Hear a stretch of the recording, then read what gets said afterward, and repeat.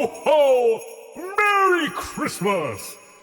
Welcome to Ill-Equipped History, where two best friends tell you about a really interesting person or event or tragedy. You know, we kind of like to mix it up here on Ill-Equipped History. I'm Morgan, joined by my best friend and co-host, Emileigh. Hey, y'all! Fortunately, we do not have a tragedy in store for you today. Thank goodness. No tragedies. Last week was a bummer. It was a bummer. A good bummer, but a bummer. Made me so sad. Are you going to bring up our Christmas spirit this week, Morgan? I guess. It's not really a Christmassy episode. I was having a hard time finding like things that really embodied Christmas. So I was just like, okay, what happened this week of history? This will be airing, today's December 12th. So I was like, what happened this week? And I came across a person's birthday that was this week. And I was like, this is going to be my topic. So not so much like holidays, but this person was born this month. So that's how I'm tying it into December. Right. It'll work. It counts. It totally counts. But a very interesting person nonetheless, which I am very excited about. Before we get started, do you have any news to share? I don't think I do. I think, I'm just here. Yeah. I'm just vibing. Yeah. This is Christmas as a parent is stressful. Yes. So for weeks, I've been trying to figure out what the heck to get my kids and everyone else. So, send some good vibes this way because we're struggling with the Christmas thing. I ordered your Christmas present like a month ago because I wanted to make sure it was here in time. I haven't even given anyone's gifts 2 thoughts except for my children's and my husband's. So, fingers crossed. You don't have to get me anything. It's fine. Well, I'm going to, so. Well, fine. And you're gonna like it. It's gonna be another, the window hangers. Oh, the nagers. So Emileigh bought me these really cute like suction cup window like hangers a few years ago. Yeah. And the box itself has a typo on it where like the N and the A are reversed. So instead of saying hangers, it's Haneger. We laughed so hard. I don't know what happened. They're very cute. And they've been holding up really well. So hey, that's good. I might get you another book on the Protestant Reformation.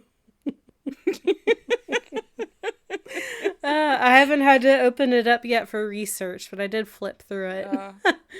I think we need to go back to that time period because it's been a while since we've had to laugh about the Protestant Reformation. Yeah, I feel like we've been kind of living in the 1800s. We have recently. And we're going to have at least one more episode because my episode today takes place during that entire century. So Nice. Maybe I'll purposefully go out of my way to find something that's maybe older. Mm-hmm. Maybe 1600, 1700, something like that. There we go. Yeah. There we go. Okay. We're getting some direction. Y'all, you're getting live view of how we figure out what our episodes are going to be. We're just winging it. We don't really know what we're doing. Week by week, we're just like, oh, okay. This is our topic. Do you know how many times that there was one time, I think it was the Disney episode, I did not pick the episode. I didn't pick what I was going to do until the day before we recorded. And then I, like a mad woman, spent 2 days just feverishly typing for the majority of 2 days. And what's so funny is that we have like lists and stuff of topics that like people have sent us or the things that we want to eventually cover. Do we ever look at these lists? Not always. Not always. We may need to revisit the lists. Do we look a little crazy because we're like, it doesn't feel right. It's got to be this one. Yeah. The vibe has to be right. Yeah, because if the vibe's not right, it all goes to shit. And that's scientific. Yeah. I concur. See, yes, absolutely. All right. Let's do the skit. Let's do the thing. The year is 1886. Siblings Austin and Lavinia are in the sitting room of their childhood home, grieving the recent loss of their sister, Emileigh. Oh, Austin, she was so young. What would we do without our Emileigh? Vinny, we'll get by. We have to. But I miss her too. I wish there was something we could have done. I know the doctor said Bright's disease, but can we really be sure? What if it was our fault? Stop, Vinny. Don't make this harder on yourself than this already is. We can only trust the doctor who's treating her the best way possible. Okay, you're right. I need to do something to clear my head. Why don't you go through Emileigh's things and start attending to her affairs? She asked you to clear out her letters, right? Yes, I started the other day. I still need to go through her drawers, though. It's hard to see her handwriting. Here, how about you go up and I'll send Sue to join you in a few minutes. And you both can grieve together. Thank you, Austin. I'm glad you're here. Lavinia goes upstairs to Emileigh's second-floor bedroom. She looks around the room, then goes to her sister's dresser drawer. She opens the top drawer and is stunned to find hundreds of small handmade books. What is this? Lavinia opens one of the books and sees a short poem written in her sister's distinctive handwriting. She flips through the pages and sees poem after poem after poem. Excited, Lavinia begins opening more drawers and sees more books and scraps of paper, all covered with poems written by Emileigh. She runs to the door and calls down. Austin! Sue! Come quick! You must see this! Austin and his wife Susan come running up the stairs, worried something is wrong. Instead, they find Lavinia kneeling in front of their late sister's dresser, smiling wildly with tears in her eyes, with small books in her hands. Vinny, what's the matter? What are those? Oh, Austin, it's absolutely wonderful. Our dear sister hid hundreds, maybe thousands of poems right here in her dresser. Lavinia's discovery would eventually change the landscape of American literature and poetry forevermore. Hundreds of books and collections would be published posthumously, all featuring the poems of one of the greatest poets of the 19th century, Emily Dickinson. Oh. I always loved a fellow Emileigh. I haven't read a lot of her poems, but I've always liked her because of her name. Mm-hmm. Well, I will actually, if it's all right with you, share just a couple of her poems. Absolutely. Thankfully, her poems were pretty brief, but they're very powerful. And there's just a couple here and there that I just wanted to kind of put in to go with the mood, you know? Yeah. So, Emily Dickinson, if you have not heard of her, which I feel like if you took any kind of literature or English class within the last, 100 years, you probably have heard of her, at least in passing. She was a poet in the 1800s. She was contemporaries with Walt Whitman, Henry David Thoreau, Ralph Waldo Emerson, and others. She actually really enjoyed reading a lot of their books. Apparently she did not read Walt Whitman, but a lot of the others she did. And she is just considered one of the greatest poets of all time. I watched a couple of documentaries and read through websites and articles about her, and the way that people wrote about her control of language, her playfulness with words, with spelling, with punctuation that was so unique to her and her style is unlike anything anyone's seen before or since. I'm not going to get too bogged down. I am going to talk about her poetry a little bit because that's what she's known for. But one of the documentaries I watched, it was just full of professors and experts in literature just super analyzing her work that I'm not going to get into because that's honestly not my place to do so. Yeah. I am barely a casual reader. Ill-equipped. I'm very ill-equipped to talk about her actual poetry. I just know what I like. I know some of her poems that have spoken to me that I've read, but I have definitely not read. I've only read probably less than 10 of her poems in my lifetime, so I have nowhere to speak on that. So let's get started. Emily Elizabeth Dickinson was born December 10th, 1830. So just 2 days ago was her 194th birthday.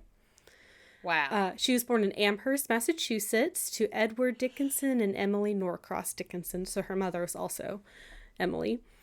What's really interesting about her family is that her ancestors came in on the Mayflower. Wow. And her family is one of the first settlers in Amherst. So they were very prestigious in their community. Yeah. They're like one of the founders of the town. Her grandfather was very prolific. He built her home that they would eventually move into. He helped found, I believe, it was Amherst College. And their family kept onto those Puritan values and ties for a long time. Her father, Edward, became a lawyer. He went to school at Amherst College and Yale, so he was very highly educated. Wow. And he had a very extensive political career. In many of the sources that I've read, he was called, quote, domineering. So he seemed looks, he looks pretty domineering. He looks like, let's just tie it into Christmas again. The ghost, Marley, from past, present, and future. Yeah. Marley. Yeah. With the chains. Well, yeah, but I think he just looks like the Scrooge. Oh, Scrooge. He looks like Scrooge. He looks like Scrooge. Yes, sorry, I couldn't think of the word, but he looks like Scrooge. From what I see, he was not a cruel man. No. Just controlling. He looks stern. Very stern. He liked things to be a certain way, which Emily did not really fall into. So we'll talk about it. She's a little bit more of a free spirit than her father. Very little is known about her mother. What I found is that she did have an education. She really enjoyed the sciences, but honestly, she doesn't really come up in the story at all. Like across multiple articles, multiple documentaries I watched, she's just not really mentioned. She just kind of existed, it seemed like. Yeah. Well, that's sad. Yeah. Like I said, the Dickinson family was very proud of their ancestral ties to Amherst, and they were a very proper family. Emily always felt like she was a little bit different. Not that she was an outcast, not that she was a black sheep, but she didn't quite fall into the expectations of the time. She kind of enjoyed that. And I actually have a little quote from a letter that she wrote when she was a teenager, as she was going to Amherst Academy, I believe, or Amherst College. Quote, "I am growing handsome very fast indeed. I expect I shall be the belle of Amherst when I reach my 17th year. I don't doubt that I shall have perfect crowds of admirers at the age. Then how I shall delight to make them await my bidding." So she was like, "I will be the most glorious of them all." She was joking, of course. She was very sarcastic, very witty. She had a really good sense of humor, which is definitely evident in several of her poems. Her oldest sibling was William Austin, who went by Austin, who was born in 1829, and she had a younger sister, Lavinia, who was born in 1833. So they're all pretty close in age, and honestly, all three siblings, I think Austin and Lavinia didn't always get along, being like oldest and youngest siblings, but Emily was very close to both of them. Yeah. Well, she was the middle, right? Yeah. Right? Yeah. Yeah. And I mean, they seemed to get along fine. You know, there weren't any major, not until like much later, there weren't any really family dramas or anything. And it's believed that she started writing poetry when she was about 15 years old. But other than that, I don't really have anything on like her early childhood. Gotcha. I didn't see a single thing about her before she was like a teenager. So her schooling was a very important part of her life. Emily and Lavinia attended Amherst Academy, which was, it seemed like, I guess our equivalent to high school. Yeah. She enjoyed her schooling there, especially botany. She was really into botany, and just the sciences in general. She had made a lot of really, really close friends while she was at Amherst Academy, some of which seemed lifelong, which was really, really sweet. And she attended Amherst Academy until she was 15. And then she eventually went on to like her post-secondary schooling. The academic curricula at the time, at least in Amherst, women and girls received a very similar education that boys did. Okay. So that was good. Like they were taught like very rigorous curricula and were given educational opportunities within like the school. Right. While she was at Amherst Academy, I can't say it right. Amherst Academy. She was noted at her school for her writing, for her intellect, and she was like, yeah, I'm a pretty good writer. From pretty early. She knew. Yeah, she did know. She was very proud of it too. She worked really hard at it. Another thing that was really interesting at the time was that religion was really prevalent in the education at the time. From what I saw, it seemed like to be a pretty coherent blending of religion and science. So they didn't exist without each other. And kind of it was like, as you study the world and get to know the world, you see God's creation. Was kind of that whole thing. Okay. Emileigh herself had a pretty complicated relationship with religion. One of the documentaries I said that she was not an atheist. She was not agnostic. But she also didn't consider herself like a Christian. She, at least when she was in school, she was a lot more interested in like the science part of her schooling. She just didn't really connect with the religious aspect of things. She never really got it. So in 1847, when she was 17 years old, she started attending Mount Holyoke Female Seminary, which I assume was like a finishing school. Because even though women had access to really good education at the time, they still didn't have like universities or colleges to go to, because mid-1850s. And again, at this school, there was a huge focus on religion. This school was really seemed to be like, the goal was to shape women to be like the societal expectations. Training women to be good workers in the home, to be good Christians, to be good wives, to be good mothers, etc. And he still like learned other things, but it seemed like the transition was more on like the domestic side of things.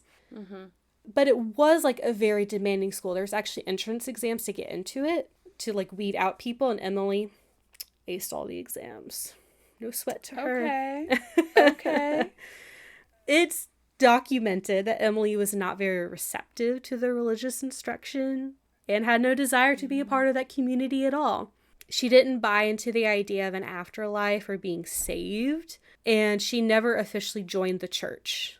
Apparently she wrote that like she wanted to have that feeling, like that connection, that faith feeling, but she didn't, and she was like, that's okay. I'm just not going to have that. And then there's a story from a fellow classmate named Clara Newman Turner, who documents how Mary Lyon, who was the proprietor who ran Mount Holyoke, she asked those who wanted to be Christians to stand up, and Emileigh kept sitting down, which was like seen as like a pretty big act of defiance. It should be noted that this was written like 50 years after the fact, so just take it with a grain of salt. Students at Mount Holyoke, and from what I saw, this is documented, students were divided into 3 groups: established Christians, expressed hope, and without hope. Was Emileigh the only one in that one? There were about 30 other students with Emileigh in the without hope group. Okay. There are some stories about she was the only one, but she was not. There were about 30 other students. She was only at Holyoke for about a year. There's speculation as to why. No one really knows, but based on letters that Emileigh wrote, it seems like it was her father's decision with no elaboration. So, don't know what happened there. You have to come home. Yeah. Yeah, and that was kind of how a lot of things happen. Like, her father would make decisions, and that would just be it. So, again. Hate that. Stern, strict. Just kind of bringing it back to the religious aspect yet again. Her community and the church were all very Calvinist in their doctrine, which is pretty conservative, like pretty like literal, not like completely literal, but a more literal interpretation of the Bible. It's more like serious. kind of aligning with that Puritan idea of thinking. Her entire family eventually joined the Calvinist church except Emileigh. She said in a letter, quote, "I am one of the lingering bad ones." Oh, that'd be a hell of a tattoo. I am one of the lingering bad ones. Bad ones. I love it. And it was her form of rebelling. She was Yeah. as rebellious as you could be in the 1840s and 50s while still like maintaining a relationship with your family. Yeah. She did. Good for her for riding that line. I know. So Emileigh is an opinionated young woman, and this does not limit herself to religion. She also had no interest in getting married. Good for her. She was resistant to the expectation that women maintained the home as well. She hated domestic life. She was like, I think this is the most boring thing. It never ends. I always have to do stuff. I hate it. Samesies, Emileigh. The amount of laundry, Emileigh. I know. You would have hated it. Oh, yeah. Yeah. In a letter she wrote to one of her friends, quote, "God keep me from what they call households."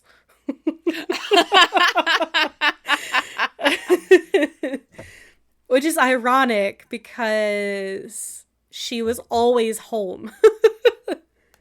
I know. I do remember that from being taught in high school or whenever we learned about it.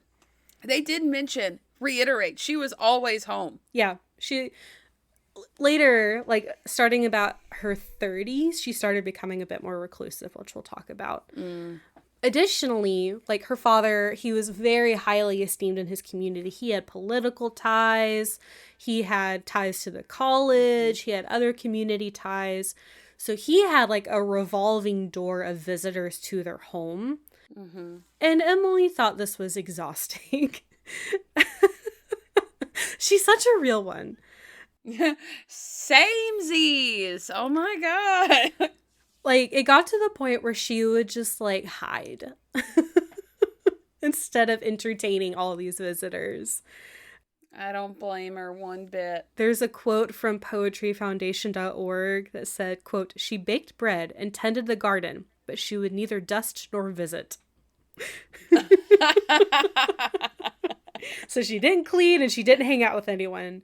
Those were, like, really, besides poetry, she enjoyed baking. And she enjoyed tending to her garden. I mean, a woman after my own heart. I love her. I adore her. Oh my God. I didn't know I was going to love her this much. I know. She's so relatable. Yes. Other ways that she rebelled against her father, so her father didn't want her reading pop literature like Emily Bronte or Charles Dickens. He wanted her to stick with the classics, which she was like, nah. She loved to read. She read Shakespeare, of course. She read her Bible, but she also read Emerson, Longfellow, Hawthorne, Darwin, the Bronte sisters, Thoreau, etc. Like all of her contemporaries or like slightly before. She devoured those books, which I think also helped inform her like writing style a little bit. Right. Also, she had a dog named Carlo. Carlo. This was a dog given to her by her father when she was 19, and Carlo was like her best friend. She would go on walks with him, and he seemed to be kind of like a sounding board for her. Like, she would, like, have conversations with him. She bounced ideas off him, and he just seemed to be, like, her friend. Sweet Carlo. I know, Carlo. And I have a picture of what Carlo may have looked like, because there's not a photograph of him. But if you scroll, I think, towards the bottom. Oh, Fluffy. He was some kind of, like, collie or, like, terrier breed. I'm not sure. So as, like, Emileigh was, like, getting into her 20s... a lot of her friends were going off and getting married and stuff, and she did not. So she started retreating more so into her books and her poetry. She started writing a lot more, and this was a letter that she'd written to Austen, who was also starting to write a little bit of poetry himself. Quote, I've been in the habit myself of writing some few things, and it rather appears to me that you're getting away my patent. So you'd better be somewhat careful, or I'll call the police. She's like, back off, this is my turf. Yeah. This is what I do in the family. I'm the poet. I mentioned this very briefly in the beginning, but her grandfather had built a home called the Homestead in like 1813. Through situations, the family ended up losing the home for like financial things, I think. But Edward Dickinson ended up buying the house back in 1855 and renovating it. Okay. So then the family, I think in 1856, moved back into the home, and that's where she stayed for the rest of her life. And in a little bit before that, in the early 1850s, Edward, he had just been elected to Congress. So he was in D.C., and Lavinia and Emileigh would go like visit him in D.C., and they kind of like toured New England a little bit. They went around Massachusetts and Pennsylvania, Philadelphia, etc. And like I said, Emileigh was really close to her siblings, very close with her brother Austin, was like his confidant. It really helped him out because like after he finished school, he kind of started like sliding in his father's roles. Like he became a community leader. He became a lawyer for like their family business and stuff. And Emileigh and Austin had a very unique relationship where they were likely in love with the same woman. Oh. We'll talk a little bit about that in just a second. So Sue Gilbert is her name, or Susan, but she was just called Sue. Apparently her and Emileigh were only 9 days apart for like their birthdays. So they're very close in age. Wow. They ended up becoming very, very good friends. Maybe more than friends. Don't know. Lips are sealed. Yeah. There are beliefs in academia that Emileigh was passionately head over heels in love with Sue. Yeah. There are a lot of letters that Emileigh wrote to Sue that are extremely passionate and descriptive and vivid with acts of affection. So possibly. Sue also may have returned this love. One thing that was mentioned in one of the documentaries is that, like, Emileigh, she was a very high-class woman, one of the higher classes in Amherst. So she didn't really have, like, a societal pressure to, like, fall into different, like, do certain things. But Susan came from a lower class. So she had to get married to, like, have, like, a living, essentially. So that was kind of, like, a complication, like, because in the documentary, one of them I was watching, it was talking about, like, same-sex relationships between women did happen. And a lot of times they just, like, lived together. So they didn't always, but sometimes they just lived together as roommates for their lives. Again, this is the 1850s. Women didn't really have a lot of opportunities for, like, work or to make money. Susan needed a way to live. But again, like, beyond, like, all of any kind of relationship they were in, they were, like, best friends. They did everything together. They had a lot of the same interests. They went on walks together all the time. They may have smooched. The smoochy smooch. There's descriptions of them smooching. Was it done in a romantic way or platonic way? Not sure. Sue eventually did become engaged to and married Austin. Okay. So they gained, Man. That's a double-edged sword there, because you still get to hang out all the time. Now you're married to her brother. Yeah. And if that was a romantic relationship, that had to have been very difficult for Emileigh to see specifically that her brother got picked over her. You know what I'm saying? Yeah. And they did maintain a close relationship. So a lot of what I saw is, like, they're like, well, now we're sisters. Not in, like, a weird way, but they're like, now we can be even closer because now we're family. Right. I don't know. It was just, you know.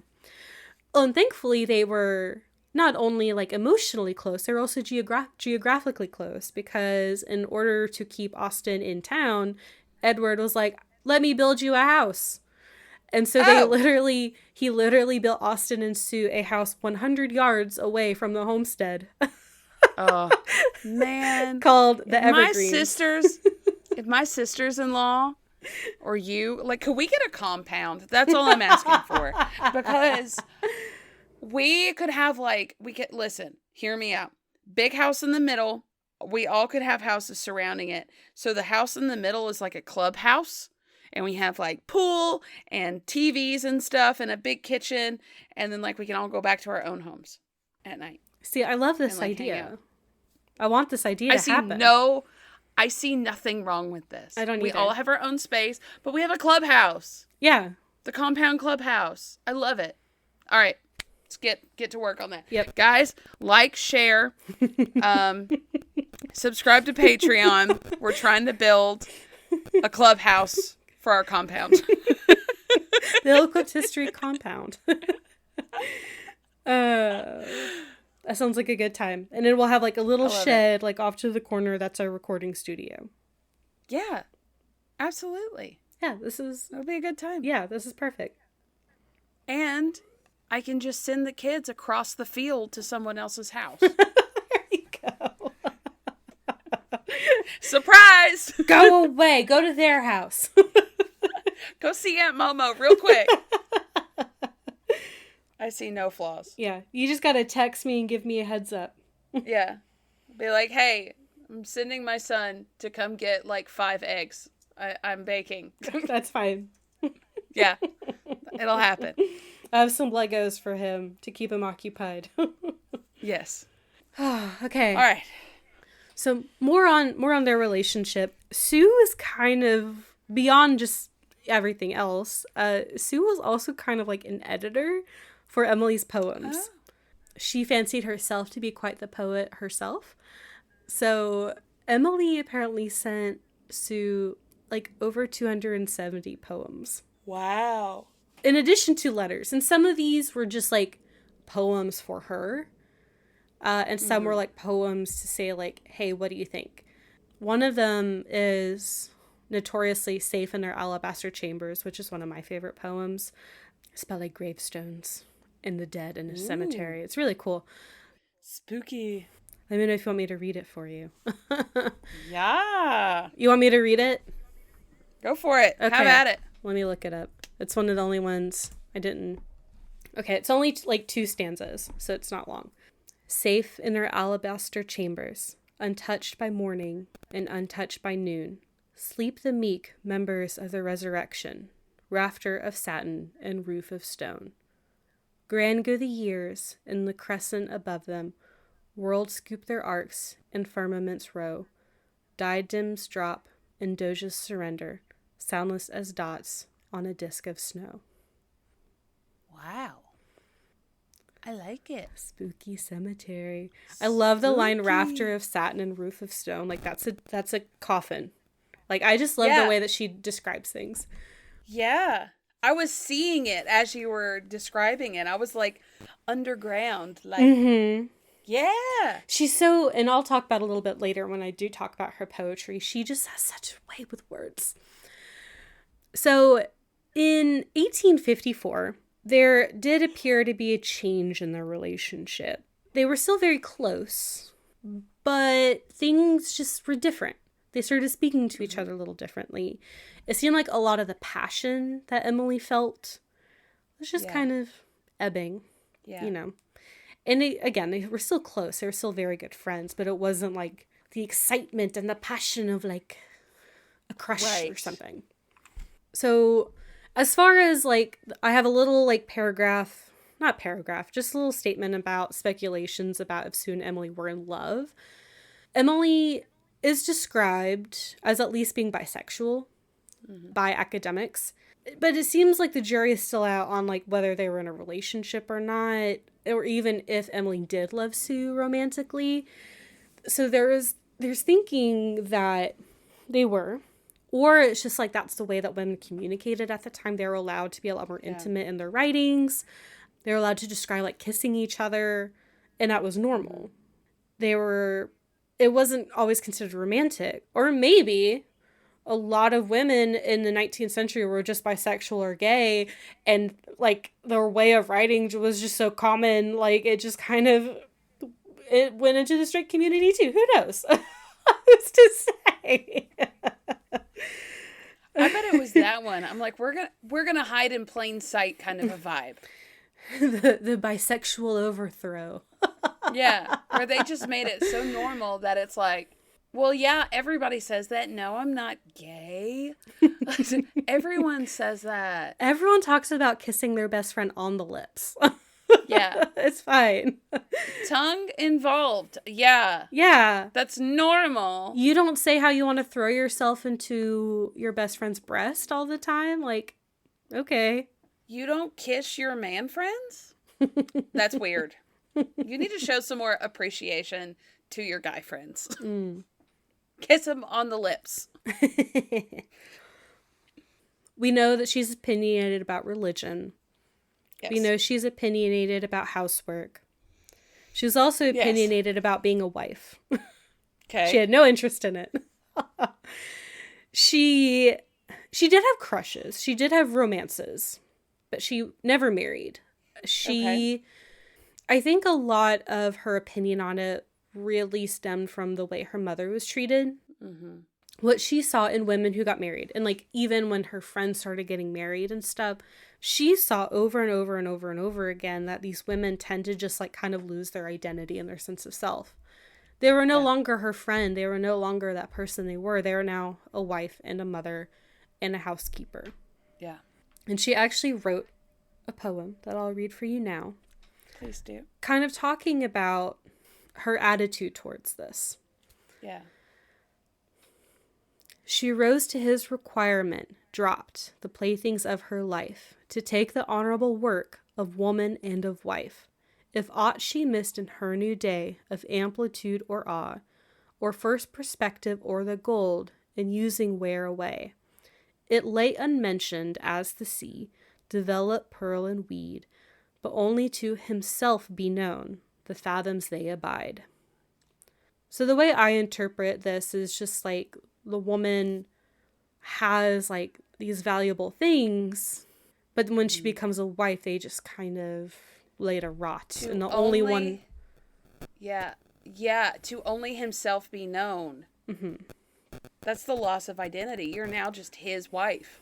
Yeah, and the fathoms they abide, they're deep down. That one hit. I know. God, as a wife and a mother, I went, like, in the 21st century, went through an entire identity crisis after having kids, because it's like, who am I? I'm like, I went from being very career-driven, oriented, to straight stay-at-home mom for years. I was struggling for a long time, and I have rights. Like, right. Yeah, and I have rights. Like, these women didn't, and that is terrifying. I mean, we talked about it in Amelia Earhart, that all these female pilots, the second they got married, their wings were clipped. Mm-hmm. And that was in the 1900s. So, yeah, crazy. Yeah. She saw this just happen over and over again. She was like, not for me. Not for me. Which, and thankfully she was in a position, like, her father was extremely wealthy. She never had to worry about a place to live or food to eat. You know, she never had to worry about that. So she was in a position where she did not have to get married. There's definitely a lot of literature out there, if you're interested, of women who did have to get married and were also very prolific writers and very good writers. And they're kind of writings about that. There's super tangent. There's a short story I read a little while ago. It's called like The Woman in the Yellow Room or something, that is a harrowing description of just kind of the injustices that women face and like the descent into mental illness that this person faced. And the writer was like, as a woman who had to get married, I had to lose everything, you know. Anyway, that was kind of a tangent. Moving on. In 1858, at the age of 28, Emileigh met a man named Samuel Bowles.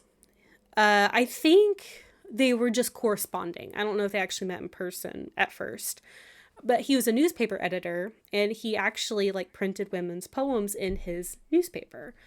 Okay. And Emileigh sent him a couple of his poems, and he anonymously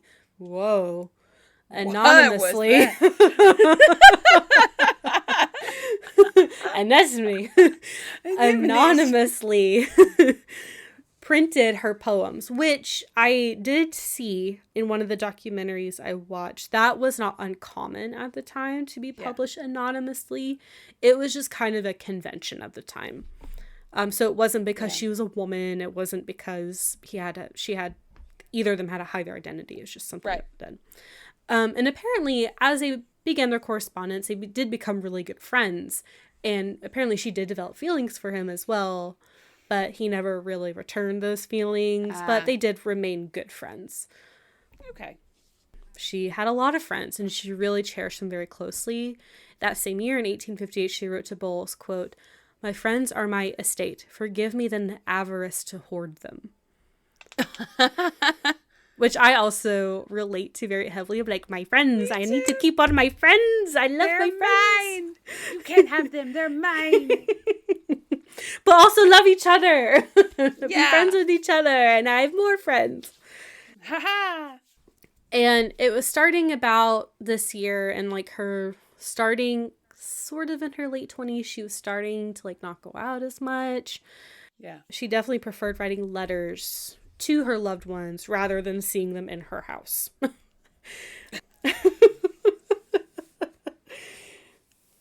I mean,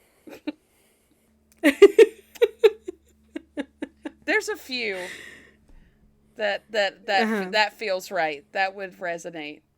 Mm-hmm. Yeah. Yeah, and of course she had, I think, like, she wrote a letter to her cousin. She was like, "You are one of the few I will not run away at. Like, you're allowed here."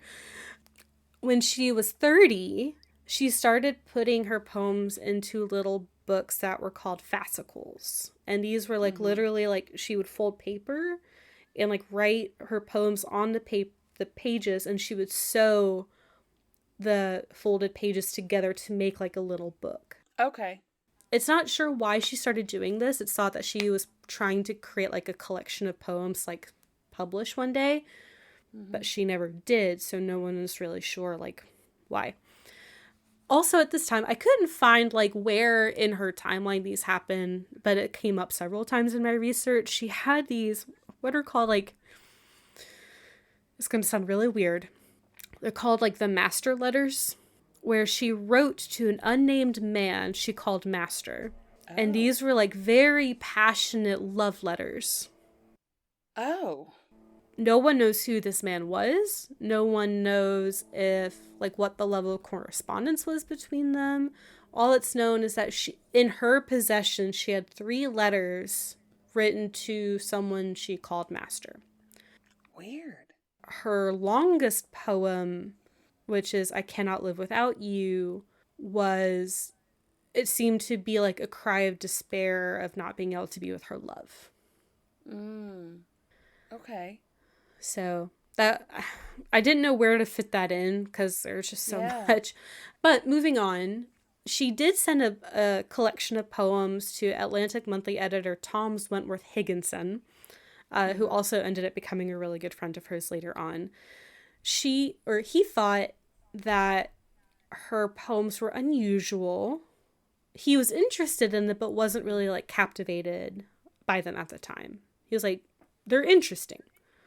Including, like, Safe in Their Alabaster Chambers. He was like, I like it, but it's not really, like, inspiring me. It's not really captivating me. And so Emily was like, okay, now I just got to work, like, I got to make it bigger, bolder, better.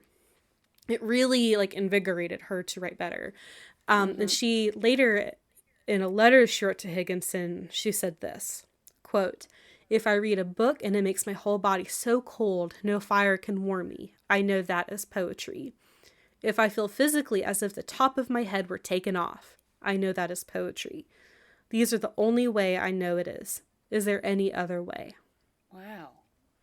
I mean, is she wrong, though? You want it to make you feel.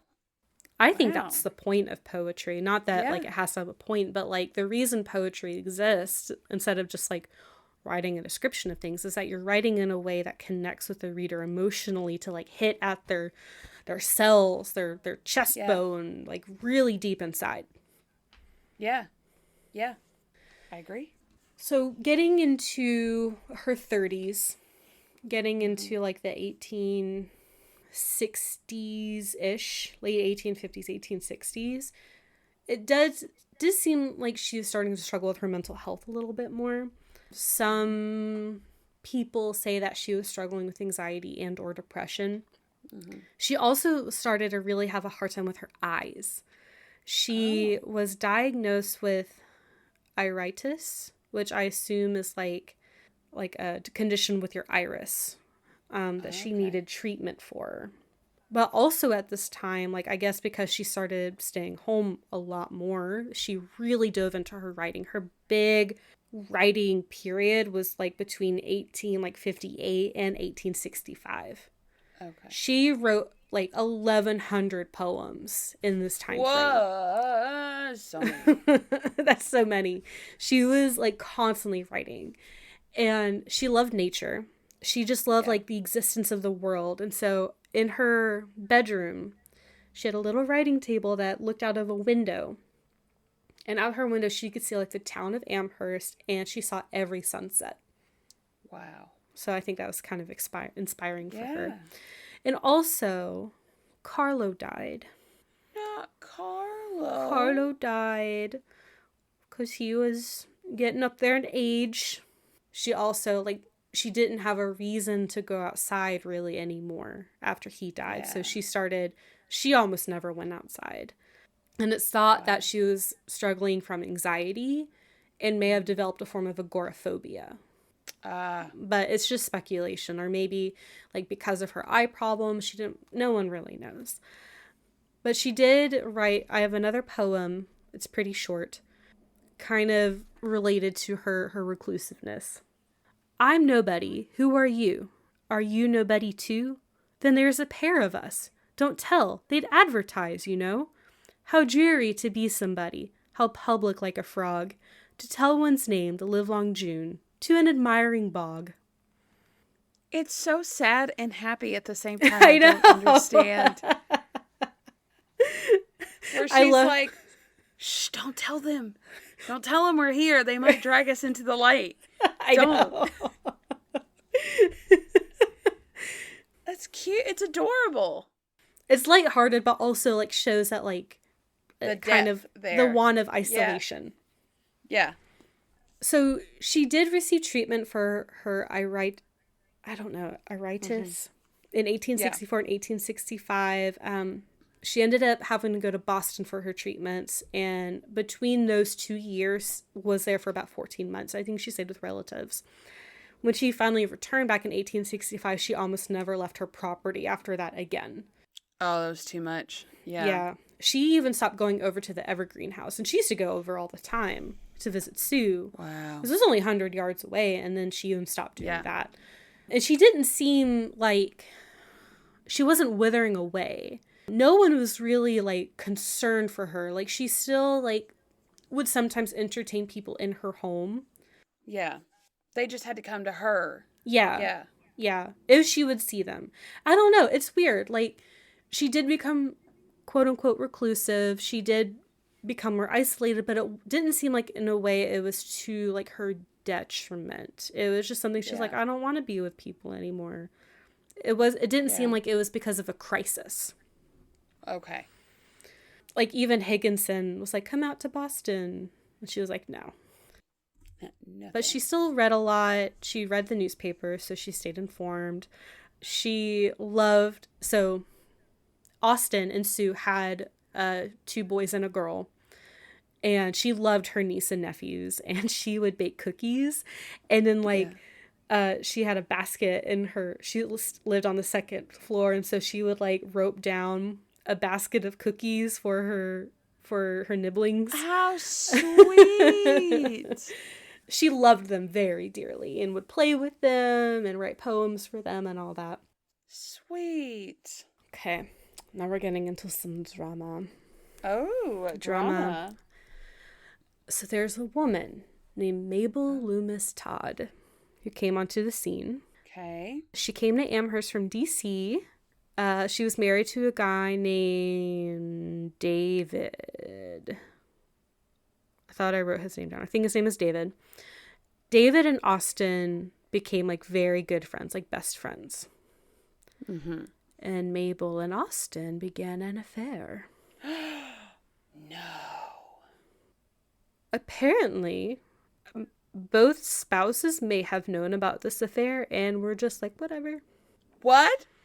Yeah, I don't really have a lot of detail about it. But I need the tea. I know. From what I saw, David definitely knew about the affair. Okay. And didn't have a problem with it. And then, by all accounts, Sue knew about it as well, and also was just kind of apathetic to the whole thing. I think Austen and Sue, they'd been having problems with their marriage. And so I think by the time the affair started happening, she was just like, whatever. Their affair was like 13 years. What? What? And everything just stayed the same? Yeah. From what all I could find. One thing that's interesting is that apparently, like, the first time Mabel and Emily quote unquote met, Mabel came to the homestead and sang for everyone. And Emily did not come down to meet her. Like, she stayed in her room and just heard her sing. But apparently they would correspond via letter. Like, Emily would write her poems, she would write her letters. But from what I have found in, like, the documentary and my other research, they never met in person. Even though Mabel was at the homestead all the time, because that's a lot of times where her and Austen would go to meet up. She's just in the house? Yeah. And they're just... What? It's so, I don't even know. A mess. It just sounds kind of like a mess, but like no one really cares about the mess. What? And honestly, we don't even know what Emily's opinion about the whole thing was. Right. I saw like some things that said that she like facilitated it. Others were that she was indifferent to it. I mean, she was really good friends with Sue, so she never really wrote down how she thought about the whole thing. But within like the home, it was common knowledge. Like the Dickinsons were well aware that Mabel was Austen's mistress. Like, including their parents. Like, it was just kind of a thing.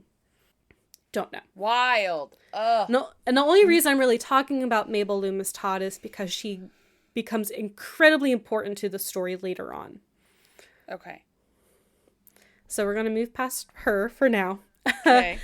And then the last thing I have really about just kind of Emily's adult life for now is that she did develop a type of courtship with a man named Otis Lord. They were in a romance together.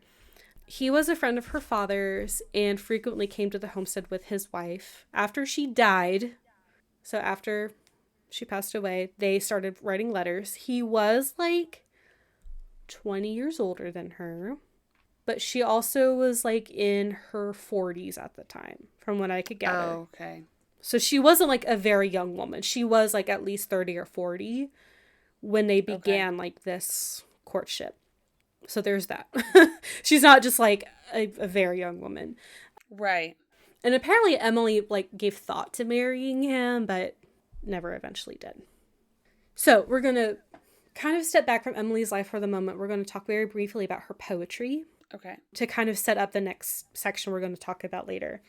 So she is considered to be the most prevalent female poet in the 19th century. She wasn't the only one by any means, but I think she's the only one that became famous to this caliber. Right. She continues to be lauded as an incredibly talented poet, one of the greats of all time. You don't read poetry without at least hearing about Emily Dickinson. Right. What's really funny is that in almost every single source I either watched or read, she is called enigmatic. Like, no one can figure her out. Wow. Which I love. I love that. The first of Emily's poems to be published was in an Amherst College magazine ran by the upperclassmen, one of whom was her brother. And this one's when she was like 15 or 16 or so. Within her lifetime, she published about 10 poems anonymously. Some of these may not have been published with her consent. Okay. But by people that like received her poems in letters. Okay. Like Bowles or Higginson. Okay. But this woman wrote almost 1,800 poems in her lifetime that we know of. Yeah, how many did she write down and then just not think it was good enough and scrap? Right, exactly. And that's kind of something that came up in one of the documentaries too, because she would write on scrap paper, and like, how much scrap paper do we not have? Yeah. Crazy. So one thing about like her poetry at the time that was different between her and her contemporaries is that she, like, what was very common was that poets would write very like flowery, detailed, evocative passages that lasted pages and pages and pages and pages. Emileigh was very succinct. Yeah. In her poetry. She didn't have repetitive verse. She didn't have like the same like line over and over and over again. Yeah. She was very descriptive with not a lot of words. She got to the point. Very much so. Very concise with her poetry. Yeah. Which is that just shows how talented she was. She didn't need to explain for a page about the description of something when she could just say it in like 4 words. Right. Another thing that is notable about her poetry, so she used what's called hymn meter, which is 8-6-8-6, essentially, like basically. But it can be put to like gospel hymns very easily. And actually there was, in one of the documentaries I watched, there was a guy who was a musicologist, and he just like started singing one of her poems as if it was a hymn. And it just kind of fit perfectly, just of like the meter of her poetry. One thing that was very interesting that's not really conveyed in published works is that in her like writing, she used dashes a lot. And if you look at like more modern publishings of her poetry, they include those dashes. That was very unusual, and it's been analyzed to death. No one can agree what the purpose of them is. Like even in the documentary I watched, there was like 6 different literary people and poets and professors, whatever. They all had a different opinion of what the dashes meant. Yeah. But it's very iconic to her poetry. And she also had like alternate words. She had alternate stanzas even sometimes. Because like one phrase or one word could like change the meaning slightly depending on that. She had like misspellings that were very purposeful. Random capitalization. She just had like symbols like everywhere, all over. Like it's very hard to read. Like I was reading, like they were showing like pictures of her manuscripts, like in the documentary as they were reading the poems aloud. I'm like, I can barely even read this because it is just all over the place. So that's just another thing that made her writing so unique. And unfortunately, I'll talk about it a little bit later, but they did get very, very heavily edited to be more accessible to the masses. But now we are more aware of her punctuation and use of grammar. She wrote on, like we were kind of talking about earlier, she not only wrote in her little fascicles, she used random scrap paper. There's one, like one stanza, it's not finished, but it's like on a chocolate wrapper that she just wrote. And it seemed like it's beautiful. I don't remember what exactly it said, but it was like, oh, this might be going somewhere. So it seems like she, like the guy, he's a museum curator. He was like, she may have been in a kitchen baking a chocolate cake, and then like she got inspired and like wrote it really quick on the wrapper and then just like threw it in her drawer and never looked at it again. Yeah. So it's just interesting to think about. And not every poem that was found was finished. It wasn't 1,800 finished poems, but still a lot. Yeah. And her definitive poem is considered "My Life Had Stood a Loaded Gun," which I don't think I have on here, but I have 2 more poems to read to you. So now we're getting into the sad part. Oh. Her death and her legacy. So the last decade of Emileigh's life is marred by tragedy. Oh. In 1874, her father died.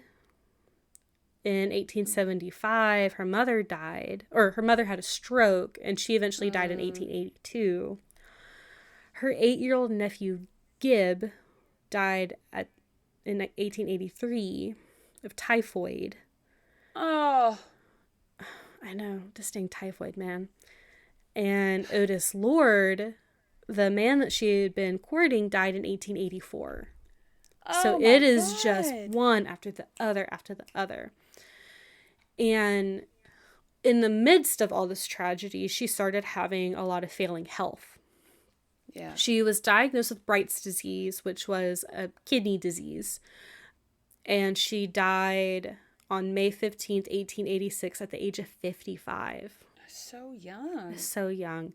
I was trying to look up how she died because all my sources just said she just died. So it's thought that she may have died as a complication of Bright's disease, but it's also thought that she had hypertension and may have died from either heart failure or brain hemorrhage, but no one really knows how she passed away. So I have another poem that, after I read this, I think it's one of my new favorite poems. Okay. Just in general. It's called Because I Could Not Stop for Death. Because I could not stop for death, he kindly stopped for me. The carriage held but just ourselves in immortality. We slowly drove, he knew no haste, and I had put away my labor and my leisure too for his civility. We passed the school where children strove at recess in the ring. We passed the fields of grazing grain. We passed the setting sun. Or rather, he passed us. The dews drew quivering and chill. For only gossamer my gown, my tippet only tulle. We passed before a house that seemed a swelling of the ground. The roof was scarcely visible, the cornice in the ground. Since then, 'tis centuries, and yet feel shorter than the day. I first surmised the horses' heads were toward eternity. Wow. I know. I'm the goosebumps. Same. Like, I had them all in my legs while I was reading that. You know, and I like this interpretation of, like, death or the Grim Reaper, of just being a carrier, a kind carrier. Mm-hmm. Not an evil monster. It's just... No. Death is just a fact of life. It's not evil. Yeah. It's not bad. It just is. It just is. Mm-hmm. So... now we're getting into where we kind of entered with our skit, where after Emileigh died, she was buried, and Lavinia went to go to her room to start clearing out some of her things. And she just opened a drawer and found 1,800 poems she had no idea about. Oh my gosh. No one knew. Like, everyone knew that she wrote. I mean, she always wrote letters. Right. She always wrote poems. But no one knew she had 1,800 poems in her possession. This was just, it shocked Lavinia. Completely floored her. And she's reading through these and she was like, these have to go to the world. These cannot just sit here and rot in a drawer. The world must know about her poetry. Because again, she'd only published like 10 anonymously. Oh my God. In her lifetime. So Lavinia is like, I don't know what to do. So she goes to Sue, who again had been her confidant, had been like an editor essentially for Emileigh, and was like, hey, can you go through these poems, figure out like what's good, and can you help me like gather a collection to publish? Yeah. Sue was having a really hard time. She just lost one of her best friends, so she just was not moving fast enough for Lavinia's taste. She was just kind of trudging. Right. So Lavinia was like, okay, I need someone else who can help. Mabel Loomis Todd. Oh. What a weird, complicated. Uh-huh. Oh, okay. But by all accounts, from I saw in the documentary and read in my other research, we would not know about Emily Dickinson if it was not for Mabel Loomis Todd. She did the shit. She collected the poems that were necessary. She went to Higginson and said, hey, I got a bundle of Emily Dickinson's poetry. We're going to publish this bitch. Wow. And they did. Wow. They did the damn thing. They did the damn thing. In 1890, they published Emily Dickinson's first collection of poetry. Wow. It's crazy to think that she wasn't even known about really until after her death. I know, right? And what's crazy, So I didn't write it in my notes, but at the time it was a convention that like when someone was like dying, you'd say burn all my letters. It was just a convention. Like clear my browser history, you know. Yeah. It wasn't unusual. So Lavinia did that. Like she gathered like letters that Emily had written and burned them as she had asked. But Emily did not specify poetry or poems. So when she saw these poems, she was like, I'm not going to burn this. I am going to publish it for the world. Thankfully, she did. Oh my God. So one thing I thought was interesting. So in the very first picture that I have for you, Emily, is a photo of Emily Dickinson. This was taken when she was between the ages of 15 or 17. It's technically a daguerreotype, which is like the precursor to like the photograph. This is the only known photo of Emily Dickinson. Wow. So when the book was being published, I don't think this was Mabel and Higginson's. They did edit her poetry, but I don't know if it was their decision to do this next piece. The publishers edited her photo. Oh. So I think it's like maybe the last picture. Yeah. No, second to last picture. This is an edited version of her daguerreotype when she was a teenager. So they gave her new hair, they made her lips a little bit thicker, and they added this collar, I guess to make her look more like a mature woman. And this was done like in the 1880s or 1890s. They were already doing photo editing. Wow. Which is crazy to think about. That is. Like, the more you look at it. You can tell, like, the hair it's not right. No. Yeah. And the collar's not right. Speaking of, so there is another photo that's, like, right below. This was brought up in the documentary. This may be the only other known photo of Emily. This was found... It was brought up in the documentary. It was found like in like an auctioneer's collection or something. It was a Antiques Roadshow maybe. Like it was just like found randomly. And his collector was like, this looks like Emily Dickinson. Oh my God. And he went to like the person was like, hey, can I buy this like photo? And they're like, yeah, give me $25 for it. What? From what I saw, I looked it up because the one of the documentaries I watched was done in like 2017, 2018. So I wanted to see if there were any updates. It has not yet been like officially authenticated to be Emily Dickinson. I will say it looks very much like her. Oh, yeah. On the left. And then on the right is assumed to be her friend Kate Scott Turner.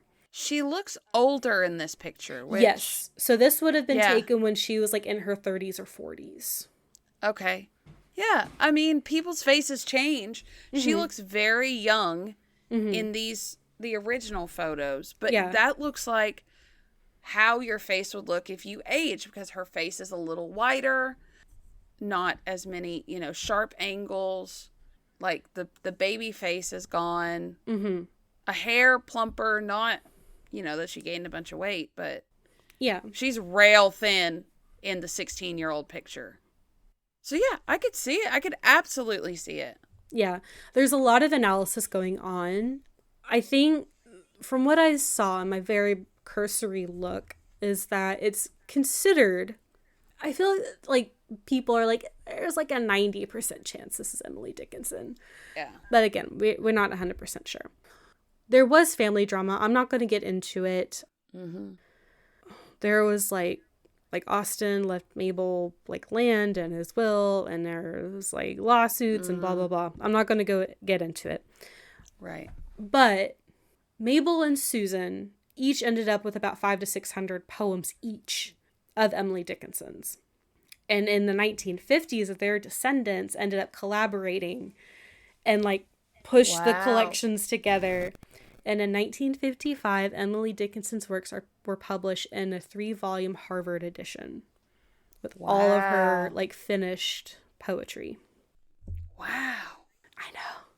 In 1996, R.W. Franklin published her works with her original spelling and punctuation.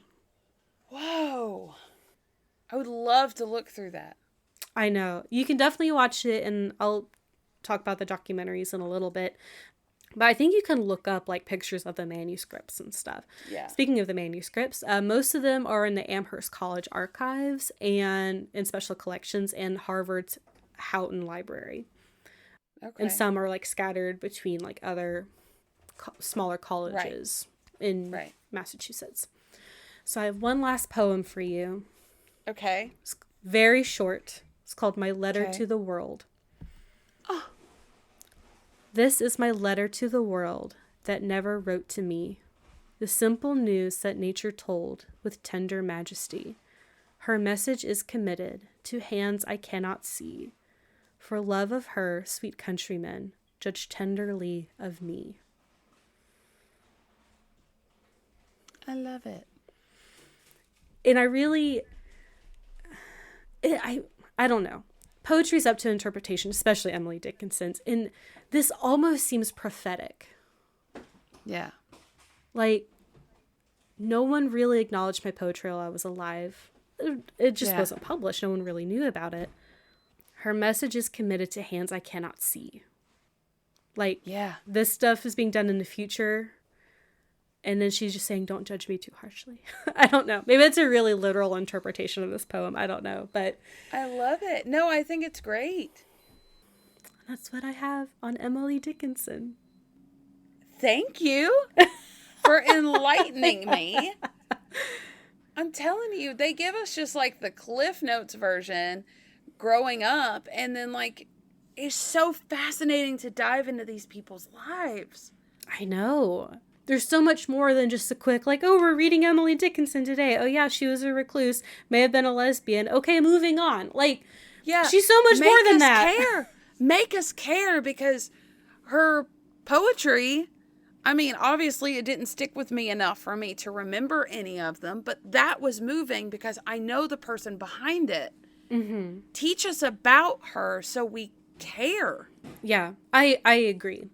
It's hard to just say, like even other like big poets, there's not a lot of I like poetry. It's not anything I like seek out or anything, but there's very few poems that just like really stick with me in my soul. You know, it has to really, really stand out as a poem for me to like, oh yeah, I really like this poem, you know, like remember it. Yeah. Yeah. I agree. Me too. I don't actively seek it out. I feel like I should now. Yeah, I definitely want to look more into her poems. Yeah. We could have like a poem reading night. There we go. Yeah. Like a slam poetry, but it's all Emily Dickinson's poetry, and you gotta read it with feeling and emotion. Yeah. The emphasis. We yell and then we whisper. This was lovely. Thank you. I'm glad that this was kind of a pick-me-up after last week. Absolutely. Mine was so sad. I'm so sorry, guys. I really am. It happens. This really brought it around because she's so relatable. The most relatable. Oh my gosh. I never thought I would connect so much with a woman that lived almost 200 years ago. Yeah. But like, listen, I don't want to do the housework. I don't want to lose my identity when I get married. So, I mean, thankfully I didn't. But like, yeah, I don't want to do that either. Mm-hmm. You right? You just want to entertain? Bake and garden. Yeah. I entertain once a month. And that's for book club. So, and that's it. That's all we got. Yeah. You don't need more than that. It's fine. No. Now, what does she say to her cousin? You are one of the few I wouldn't run from or hide from. Yeah. Yeah. So like you show up at my house, come on in. Yeah. So, but the general masses, I'm like, stay away. I like when I have to go out and do my job, I come home and I'm like, I peopled. I need a hug. So I'm going to talk about my sources really quick. Not all of them, but just go ahead. The documentaries I watched. There's one from 1978 I found. It's called Emily Dickinson, A Certain Slant of Light, which is another title of one of her poems. And then the 2017-2018 documentary I saw called My Letter to the World. Okay. And then the Poetry Foundation had a lot of really good stuff about Emily Dickinson. There's an Emily Dickinson museum. There's emilydickinson.net. And those are really I didn't really have a whole lot of sources this time. Yeah. The poetry websites really had a lot of good information about her life too. And this the My Letter to the World documentary was really interesting. It focused more on her poetry specifically, but I thought it was interesting. Good. I love when you find a handful of treasure troves instead of having to piece it together. Yeah. I think both of them have the time and the place. I love it when I just have a few sources that are so rich. Yeah. But if I have time, it's kind of fun to go through a bunch of things. Wilma Rudolph was the ultimate puzzle piece to put together. Yeah. Oh my God. I had to go through so many different avenues, so many different things to find a cohesive story about her life in chronological order. Yeah. Oh my God. There's so many times where I'm like, what do you mean no one's done this before? Why has nobody put this together? And you get 3 points from this source and 4 points from this source and 2 points from this source and then 7 from the other source. Mm-hmm. I'm like, what is happening? Mm-hmm. It's so much. You know what? I just realized I feel like the times I've had to really put together puzzle pieces of information about a topic is when I have had to research women. Wow, what a weird coinky dink. Because I was just thinking, I had to do the same thing with Sally Ride, too. I had to go through so many sources to find sufficient detail. Because, one, she was a very, very private person. So, right. But, oh my God. I had, I think, almost 20 different sources just to research her life. It's almost like they didn't care about women enough to document them. Wow. Yeah. We've definitely had that come up before, too. The date of her birth was never recorded because she was a woman. Yeah. But her brother, 2 years later, recorded. Yeah. We know the exact time he was born. This woman, we don't even know her real name. Yeah. Because she was a woman and it didn't matter. Yeah. We know where the planets were when her brother was born. We wrote down his entire zodiac chart when he was born, but I think her name might have been Susan. But we'll just call her by the name that she got when she married her husband. Yeah. So she is now Mrs. George Weatherman. Come on. She has a name. She has an identity. She is worth recording. I mean, gosh darn it. My memory, Qing Shi, the super badass lady pirate from China, her name literally meant Qing's widow. Even after death, she didn't get her name back. Come on, he died. And I have another husband. That's also my son. That's also my son. You guys are going to really have to listen to that. You guys got to go back and listen to Ching Not Chi. her real son. No, he was adopted. It's it's a thing. It's giving husband, stepson, weird porno vibes. Yeah. That's not the focus of the episode, thankfully. It just... Thank God. It's just... This was It was normal then. Yeah. It's one of those things that just doesn't happen now. So. Yeah. Anyway, let's do our socials. Yeah. On that note. Yeah. Okay, so if you liked us, you can find us on Facebook. Ill-Equipped History Podcast group and page. Gmail. Ill-equippedhistory@gmail.com. Threw you for a loop. Instagram. @Ill-Equippedhistory. TikTok. @Ill-Equippedhistory. And Patreon. Sorry, I just got scared. My little aglet fell on my arm and I thought it was a spider. No. Patreon.com/illequippedhistory. You could get stickers and bonus episodes. Yeah. Check out our Christmas monster bonus episode. It's going to be super fun. It is. It was a lot of fun. So I guess if you need a sounding board, get a dog. Yeah. And rebel against the patriarchy. Yeah, fuck them. Respectfully though, because I love you guys out there. Yes. Just not the oppressive ones. Yes, we love men, but not the asshole men. Yeah. So yeah, specifically, fuck the asshole men. But not literally. No, figuratively. Wow, this is getting complicated. All right, we're gonna go now. Thanks for listening. Okay, bye. Ho, ho, ho! Merry Christmas!